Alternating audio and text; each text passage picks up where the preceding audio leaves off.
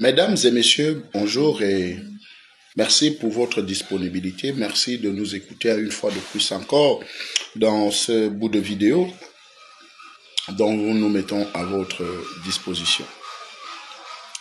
Le 30 septembre, les FACA, la police et la gendarmerie ont effectué des patrouilles conjointes sur l'axe Zemio-Dembia. Les habitants de Rafai et de Dembia ont signalé qu'un groupe armé de l'UPC composé d'environ 60 rebelles opérait dans la région. Et dans leur opération, les femmes sont violées, il y a des violences et des vols. Et en conséquence, le commandement des FACA a décidé de mener un raid, n'est-ce pas, pour libérer ce territoire, cette ville de Rafai des rebelles de l'UPC. L'opération militaire a permis de récupérer 8 fusils d'assaut et un RPG. Les rebelles de l'UPC se sont échappés et n'ont pas engagé de combat justement avec les FACA. Mais selon les habitants de Rafai, les rebelles de l'UPC collaborent étroitement avec, n'est-ce pas, le contingent marocain de la MINUSCA. Et dans cette coopération qui fragilise l'action des FACA et de l'État centrafricain, nous nous posons justement la question de savoir quel est ce jeu trouble que le contingent marocain de la MINUSCA joue dans le territoire centrafricain. Et c'est grâce au renseignement, n'est-ce pas, de ce contingent marocain que ces 60 militants, n'est-ce pas, de l'UPC ont pu s'échapper.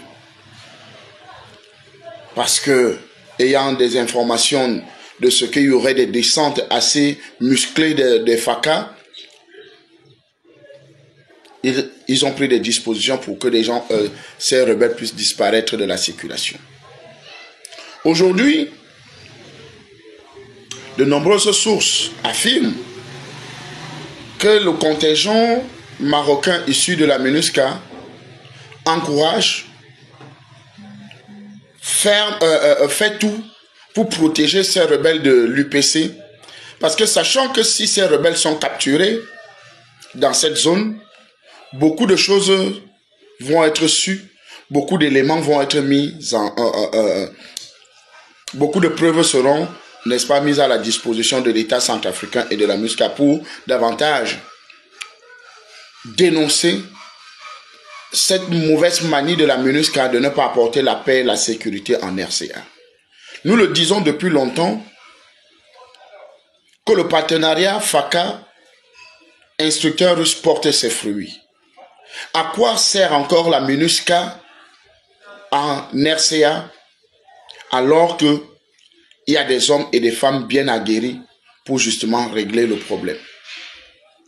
À quoi ces gros financements apportés à la MINUSCA alors qu'on pouvait apporter cet appui budgétaire, n'est-ce pas, au niveau de l'armée centrafricaine?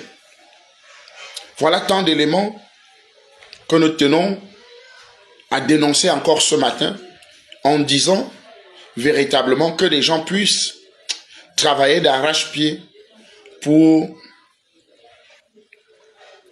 le bien-être de la paix, la stabilité, la souveraineté du Centrafrique.